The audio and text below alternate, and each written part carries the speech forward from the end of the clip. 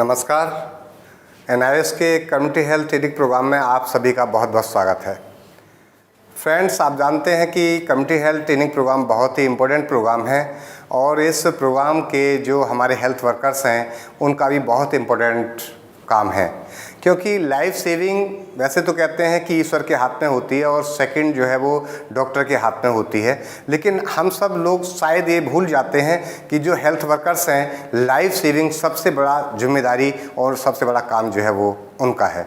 क्योंकि जब कोई भी आपातकालीन स्थिति आती है तो सबसे पहले हमारे पास कोई नहीं होता, आसपास होता है तो कोई वो है एक हेल्थ वर्कर। जो हेल्थ वर्कर बहुत सारी चीज़ों को जानता है और उस आपातकालीन स्थिति में सबसे पहले वो हैंडल करता है उस पेशेंट को, कहना चाहिए कि जो पर्सन है जो उससे सफ़र हो रहा है उस पर्सन को, जिसकी वो लाइफ सेव करता है। जो अगर वो उपस्थित नहीं होता तो कई बार ये देखा गया है कि बड़े बड़े एक्सीडेंट्स होते हैं, उनमें लाइफ सेव नहीं हो पाती और बहुत बड़ी चीज़ें हो जाती हैं, जिससे कि बहुत बड़ी हानि हो जाती है। तो आज जो प्रैक्टिकल ट्रेनिंग से संबंधित आपका ये प्रोग्राम है, आप इम्पोर्टेंस समझ चुके हैं। तो हेल्थ वर्कर को बहुत सारी चीज़ें जाननी चाहिए, समझनी चाहिए और उसी क्रम में आज हम बताएंगे कि वो चीज़ें कौन कौन सी हैं। उन प्रैक्टिकल्स की हम बात करेंगे, जैसे कि व्यक्ति को, जो हेल्थ वर्कर है, उसको सबसे पहले ये आना चाहिए कि जो सामने पेशेंट है या जो भी पर्सन है उसकी हाइट क्या है, हाइट के अकॉर्डिंग उसका वेट क्या होना चाहिए। यदि वो ठीक है, सामान्य है, तो फिर उसका ब्लड प्रेशर कितना सामान्य होना चाहिए, सामान्य है नहीं है इसकी जांच वो कैसे करें, और यह टेम्परेचर है तो टेम्परेचर कैसे लें, ये भी चीज़ें हम इस प्रैक्टिकल के माध्यम से जानेंगे। डॉक्टर सिद्दीकी हमारे साथ मौजूद हैं, मैं उनका स्वागत करता हूं। डॉक्टर सिद्दीकी साहब का, आप हमारे साथ इन जो हमारे हेल्थ वर्कर्स हैं उनके साथ में उनको मदद करेंगे इन प्रैक्टिकल्स के माध्यम से, और साथ ही हमारे साथ मौजूद हैं इस प्रोग्राम के लिए जो मैडम यास्मीन जी हैं। यास्मीन जी का भी मैं स्वागत करता हूं। साथ ही मैं स्वागत करता हूं अपने इन सभी हेल्थ वर्कर्स का, अपने साथियों का, जो इस प्रैक्टिकल ट्रेनिंग में हमारे साथ मौजूद हैं। तो आज हम ये 4-5 प्रैक्टिकल विशेष रूप से जानेंगे। डॉक्टर साहब, मेरे को इतना थोड़ा सा आप बताएंगे कि क्या किसी पेशेंट को सही मापन करने के लिए, सही हमें उसकी केस हिस्ट्री लेने के लिए, क्या हमें उसका वेट और उसकी हाइट जाननी चाहिए? डेफिनेटली हाइट और वेट का बहुत इम्पोर्टेंट इसका रोल है, ख़ास तौर पे पेशेंट के इन्वेस्टिगेशन में और उसके डायग्नोसिस में, क्योंकि जितना ज़्यादा वेट होता है और उसी के अकॉर्डिंग डिफरेंट डिजीज़ होती हैं। ऐसे ही ब्लड प्रेशर की बात है और टेम्परेचर की भी बात है। ये बिल्कुल बेसिक चीज़ है। इन तीनों चीज़ों को कम से कम हमें नॉर्मल मालूम होना चाहिए कि नॉर्मल एक पेशेंट का कितना व्यक्ति का वेट और हाइट और टेम्परेचर होता है या ब्लड प्रेशर होता है। उसी के अकॉर्डिंग फिर हम डिजीज़ को भी डिटेक्ट कर पाएंगे कि इसको क्या प्रॉब्लम हो रही है। तो जैसे फॉर एग्जांपल ब्लड प्रेशर है तो 120/80 एक किताब के हिसाब से रहता है। आमतौर से इसमें हम लोग 10 और 15 प्लस माइनस रखते हैं। किसी को जो ओबीस पेशेंट्स हैं या बहुत हेल्दी पेशेंट्स हैं उनको तो ज़्यादा होता है, कुछ लेंथिन होते हैं उनका थोड़ा कुछ कम रहता है। तो एवरेज 120/80 होता है।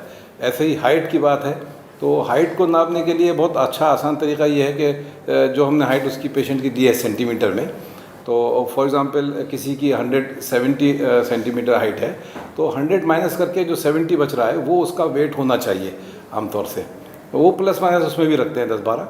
तो ऐसे ही ब्लड प्रेशर और ये टेम्परेचर का भी यही है कि टेम्परेचर में चूँकि हम लोगों ने 98.4 या 2 डिग्री फ़ारेनहाइट नॉर्मल रखते हैं, उसमें भी प्लस माइनस रहता है 1-8 डिग्री का। किसी को 97 रहता है, किसी को 99 भी रहता है। तो ये एक नॉर्मल रेंज हमें मालूम रहना चाहिए इसके लिए। बिल्कुल डॉक्टर साहब, आपने बिल्कुल सही बताया और ये जानकारी हमारे हेल्थ वर्कर्स को ठीक से होनी चाहिए ताकि वो ठीक से एग्जामिन कर सकें और सही वक्त पर सही ट्रीटमेंट, फर्स्ट एड दे सकें। ये उनकी बड़ी जिम्मेदारी है। तो मैं आप सभी जो हेल्थ वर्कर्स हैं हमारे, इन सभी से मैं गुजारिश करूँगा ठीक से आप प्रैक्टिकल सीखें, प्रॉपर ट्रेनिंग करें और लाइफ सेविंग का, जैसा कि आपकी बहुत बड़ी जिम्मेदारी है, उसको ठीक से समाज में आप परफॉर्म करें, उसको निभाएं। और आपके लिए बेस्ट ऑफ लक। शुरुआत करते हैं प्रैक्टिकल की। यास्मीन जी हमारे साथ हैं, आप एक एक करके हाइट, वेट, ब्लड प्रेशर और टेम्परेचर, इन चारों प्रैक्टिकल को प्रॉपर तरीके से आप लोग करेंगे। मैं प्रतीश कुमार राय, सामुदायिक स्वास्थ्य कार्यकर्ता हूँ। मैं आपको समझाऊंगा बीपी मेजरमेंट कैसे करते हैं, ठीक है। उसके लिए हमें स्फेग्मोमीटर चाहिए, स्टेथोस्कोप चाहिए, उससे हम बीपी नापते हैं। नॉर्मल बीपी जो है लोगों का 120/80 होता है, mmHg में लिया जाता है। इसके बारे में कुछ इंस्ट्रूमेंट हैं, स्फेग्मोमीटर है, स्टेथोस्कोप है, इसके सहारे लोगों को देखा जाता है लोग कैसे हैं, उसके बारे में समझा जाता है। पेशेंट को देखने के बाद उसका आइडिया लिया जाता है कि आदमी का बीपी लो की तरफ जा रहा है या हाई की तरफ जा रहा है। उसके बाद हम उसको जो है बीपी नापते हैं। बीपी नाप के उसको बताते हैं, समझाते हैं कि आपकी बीपी किस तरह से है। ऊपर है तो उसको हाइपरटेंशन है, नीचे है तो लो बीपी है। इस तरह से लोगों को हम समझाते हैं। स्वास्थ्य कार्यकर्ता लोगों को सबसे पहले यही शिक्षा देता है कि आप जो है अपने स्वास्थ्य के बारे में जागरूक रहें, बीपी के बराबर जांच करवाएं और किसी भी तरह की कोई परेशानी हो तो अपने स्वास्थ्य कार्यकर्ता से मिलें और स्वास्थ्य कार्यकर्ता के हिसाब से आप अपने डॉक्टर के पास जाएं। अगर स्वास्थ्य कार्यकर्ता आपको समझाता है कि आपको जो है डॉक्टर के पास जाना चाहिए तो आपको इमीडिएटली डॉक्टर के पास जाना चाहिए और डॉक्टर से डॉक्टर की सलाह लेनी चाहिए। अब मैं आपको समझाता हूं कि बीपी इंस्ट्रूमेंट क्या है, उसको कैसे मेजर किया जाता है। बीपी इंस्ट्रूमेंट हमारा ये है, इसको स्फेग्मोमीटर बोलते हैं। इससे हम बीपी नापते हैं। उसके बाद ये हमारा स्टेथोस्कोप है। स्टेथोस्कोप से जो है हम देखते हैं कि कितना आ रहा है कितना नहीं आ रहा है बीपी, ठीक है। आजकल जो है लेटेस्ट टेक्नोलॉजी आ गई है जो कि डिजिटल बीपी इंस्ट्रूमेंट से हम नापते हैं। इसमें जो है ऑटोमेटिकली कैलकुलेट हो जाता है कि बीपी कितना है कितना नहीं है। अब हम बीपी मशीन के माध्यम से मरीज़ का बीपी कैसे लेते हैं वो आपको समझाते हैं। पहले हम बीपी मशीन को लेंगे, यहाँ से बीपी मशीन को ऑन करेंगे। ऑन करने के बाद कफ को लेंगे, कफ को पेशेंट के हाथ में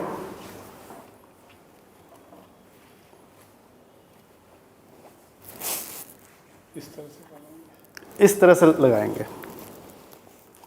लगाने के बाद पहले चेक करेंगे कि इनका पल्स वगैरह ठीक है नहीं है। उसके बाद हम स्टेथोस्कोप लेंगे, उसके बाद हम उसका बीपी जांच करेंगे।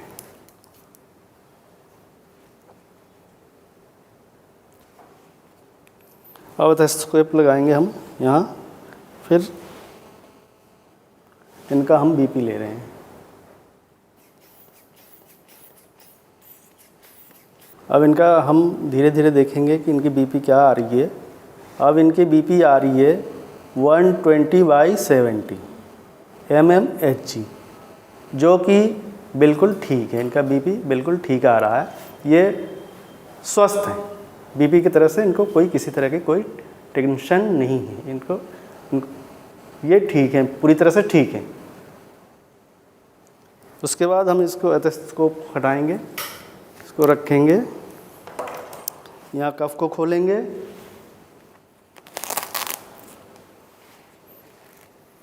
कफ को ठीक से ढंग से रखेंगे। उसके बाद इसको बंद स्विच ऑफ करेंगे। उसके बाद मरीज को हम समझा देंगे कि आपकी बीपी पूरी तरह से ठीक है, आप नॉर्मल है, आपको किसी तरह की कोई बीमारी नहीं है। मैं आनंद मोहन बख्शी और मैं एक स्वास्थ्य कार्यकर्ता हूँ और ये टेम्परेचर बॉडी का कैसे लिया जाता है इसके बारे में मैं आज सबको बताएंगे और किस तरह से लिया जाएगा वो टेम्परेचर, और वो जो थर्मोमीटर बोलते हैं उसको थर्मोमीटर किस तरह से रखा जाएगा, किस पोजीशन में रखा जाएगा, डिटॉल के अंदर रखा जाएगा या सैनिटाइजर के अंदर रखा जाएगा, उसके बारे में ये भी लोगों को बताना बहुत ज़रूरी होता है। और उसके बाद फिर उसको यूज़ कैसे किया जाता है उसके बारे में बताना बहुत ज़रूरी होता है। तभी लोगों को पता चलेगा कि किस तरह से हमारा बॉडी का टेम्परेचर भी लिया जाता है और किस तरह से साफ़ सुथरा इस पोजीशन में ही रह जाता है। अब ये बॉडी का थर्मामीटर से ले जाने के वाला टेम्परेचर कितना होता है 98.6 डिग्री फ़ारेनहाइट होते हैं।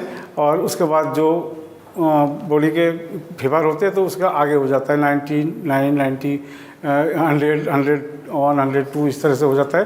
तो बॉडी का फिर उसको हम फीवर मानते हैं।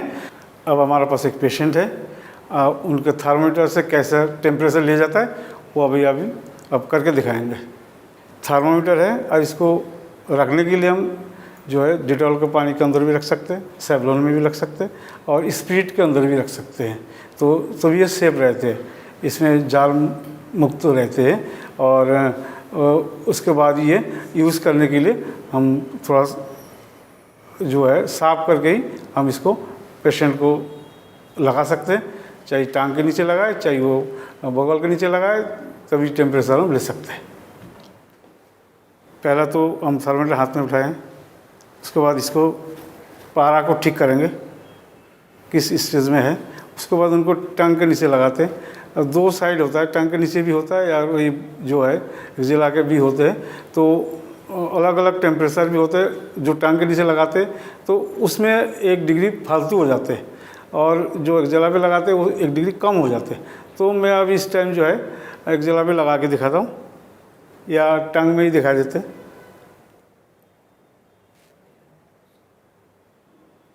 1 मिनट रखा जाता है इसको जो टेम्परेचर लेने के लिए। 1 मिनट के बाद उसका पूरा टेम्परेचर आ जाते, फिर हमें पता चलता है बुखार है या नहीं है।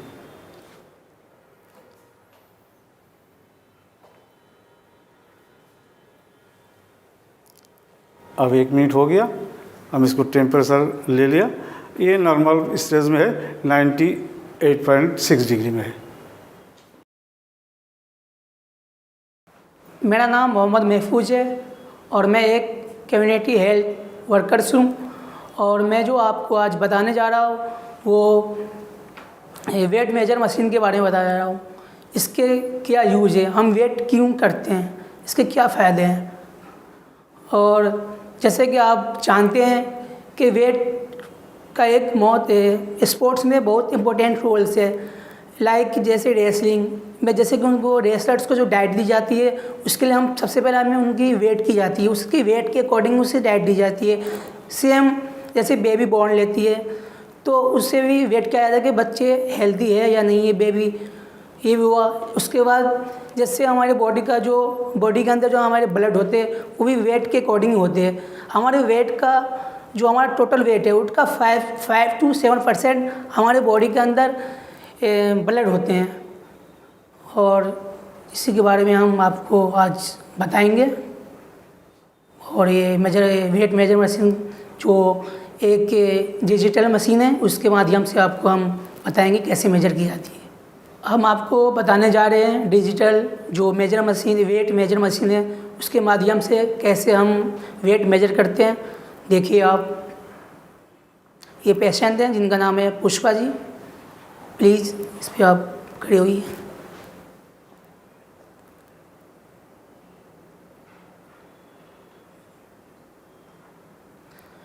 तो इनका जो वेट आया है 46.4।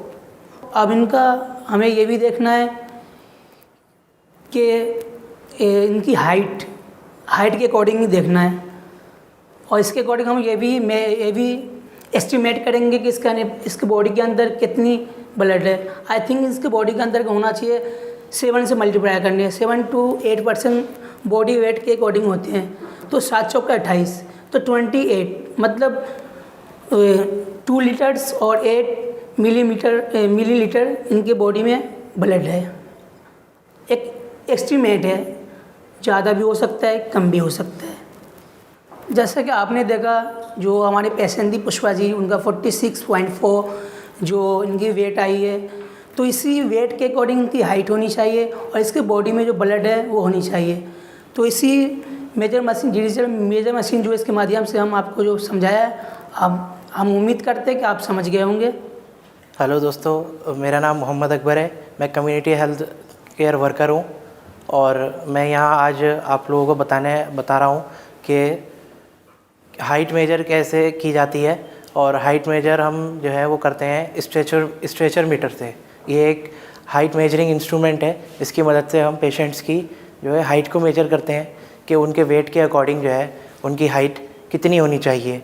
हाइट मेजरमेंट से क्या फ़ायदे हैं इसके, हेल्थ बेनिफिट्स क्या हैं कि जैसे कि किसी फ़ीमेल की हाइट जो है वो अगर 4 फीट से अगर कम है तो उनको जो है आगे प्रॉब्लम हो सकती है, may be in pregnancy and conceive के अंदर भी प्रॉब्लम हो सकती है। तो उसके लिए जो है हमें उनकी हाइट, पेशेंट की जो है हाइट जो है वो नापनी बहुत ज़रूरी है, उसकी मेजरमेंट करनी ज़रूरी है। इसी तरह जेंट्स के, मेल के केस में आ जाइए कि अगर उनकी हाइट छोटी है तो वो स्पोर्ट्स में एलिजिबल नहीं है, पुलिस में एलिजिबल नहीं है, आर्मी में एलिजिबल नहीं है, तो उनकी हाइट की जो हाइट, तो इसलिए उनकी हाइट जो है, मेल्स की हाइट वहाँ मेजरमेंट की जाती है हेल्थ के लिए। तो अब जैसा कि यहाँ हमारे पास एक पेशेंट है, हम इनकी हाइट जो है वो आपको जो है मेजरमेंट करके दिखाएंगे कि इनकी हाइट कितनी है। ये स्ट्रेचर मीटर है जिसकी मदद से हम जो है पेशेंट की हाइट नापते हैं। तो ये देखिए दोस्तों, हम इनकी हाइट देख देते हैं। इनकी हाइट जो है ये 163.2 आई है। तो और हम इसको जो है सेंटीमीटर में आई है क्योंकि, तो हम इसको फीट में कन्वर्ट करेंगे, तो 30 से डिवाइड करेंगे। तो इनकी अगर हम 30 से डिवाइड करते हैं 163.2 को 30 से हम डिवाइड करते हैं तो इनकी 5.3 फीट आ रही है इनकी हाइट। तो हमने बता दिया आपको इनकी हाइट कैसे आई। Thank you.